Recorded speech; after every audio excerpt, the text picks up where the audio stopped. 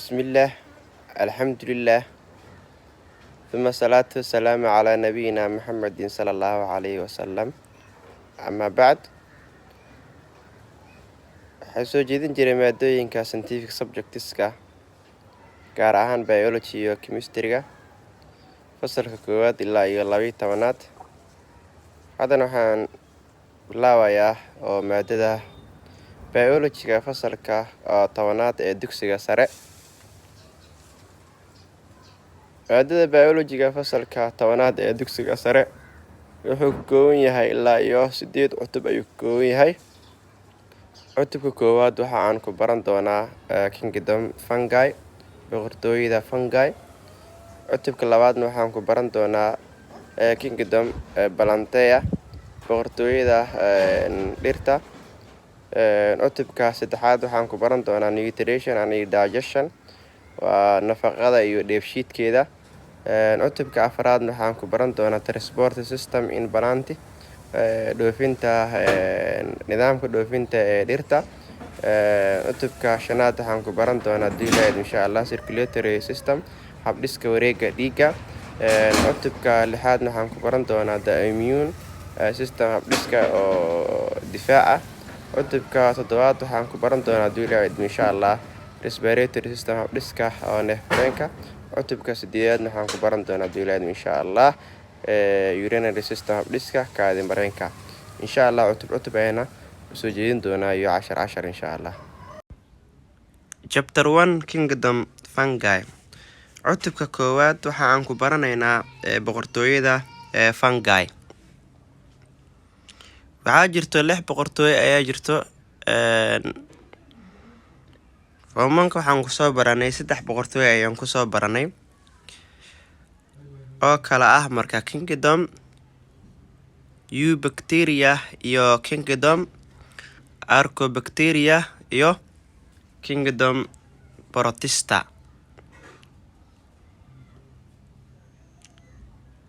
Form 2 waxaan ku baranaynaa 2 boqortooyo ayaan ku baranaynaa kingdom fungi iyo kingdom plantae waxay isku yihiin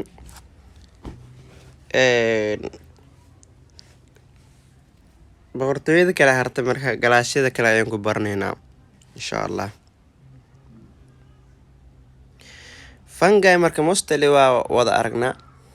rootiga markii uu baaro waxyaabaha oo cadadaanka korka fuulaya ayaa waxa marka fungi ah wuxuuna ka mid yahay ilma aragtada ayuuna oo ka mid yahay casharkeena aan guda galno A funguska is any member waa habeen kasta waayo of the group of eukaryotic organism koox noolayaasha buudooda habaysan tahay waaye that includes waxaana ka mid ah microorganisms noolayaasha ilma aragtada ah such as sida yeastis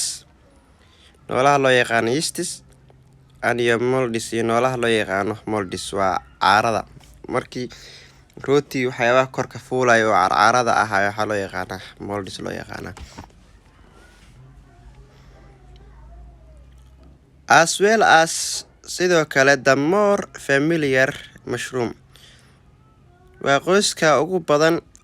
waa fungi-ga waa mushroom miswaaye oo loo yaqaan marka barkin waraabe Soomaalida qaarna waxay u yaqaanaan waa barabuf qaarna waxay u yaqaanaan boqosha qaarna waxay u yaqaanaan like dhamaantooda waxa waaye waa isku mid waa marka waa mushroom laga wadaa These organisms noolayaashani are classified as part waxa loo kala saaray marka qayb ka mid ah of the kingdom fungi boqortooyada fungi which is separated waxaana looga soocay from the other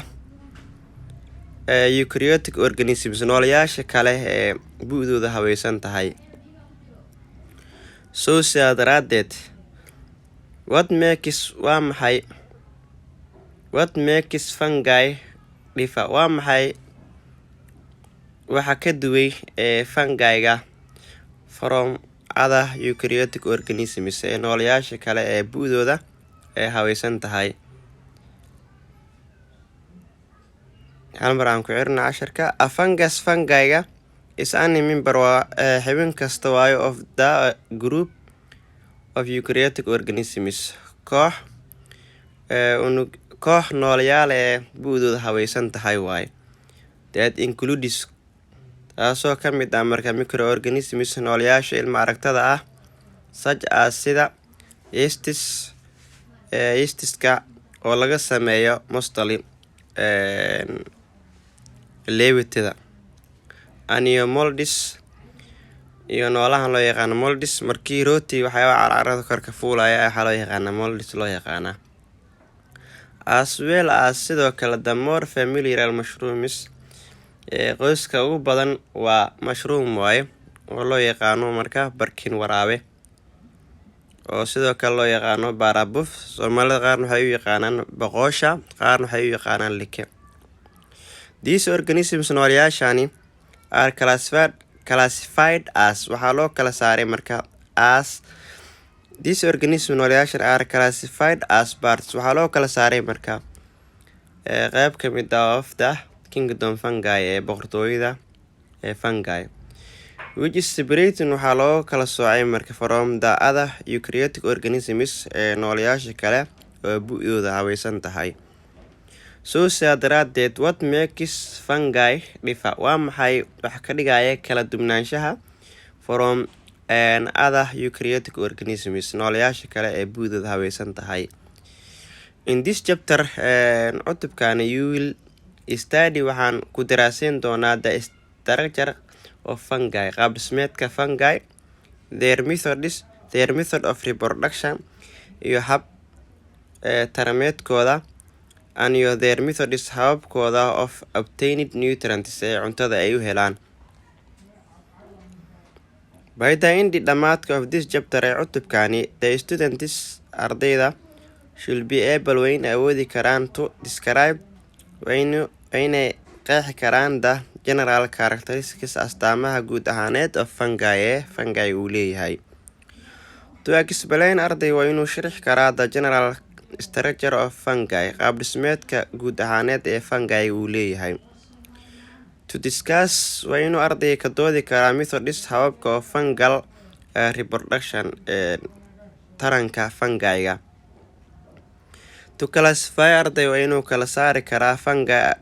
fungi according isagoo ka fiirinayo to the scientific basis. Assessment waa cilmiga sayniska. To identify, arday waa inuu aqoonsan karaa the composition waxyaaba uu kooyin of mycorrhizia and lichens. waxyaaba uu kooban yahay marka mycorrhizia and lichens. To state, arday waa inuu sheegi karaa the harmful and helpful fungi waxyaabaha. To state, arday waa inuu sheegi karaa the harmful fungi waxyaabaha waxyeelada fungi uu leeyahay, and helpful fungi iyo waxtarka oo fungi uu leeyahay. Okay, halkan ayaan ku keenayaa casharkeena. Assalaamu calaykum waraxmatullaahi wabarakaatuh.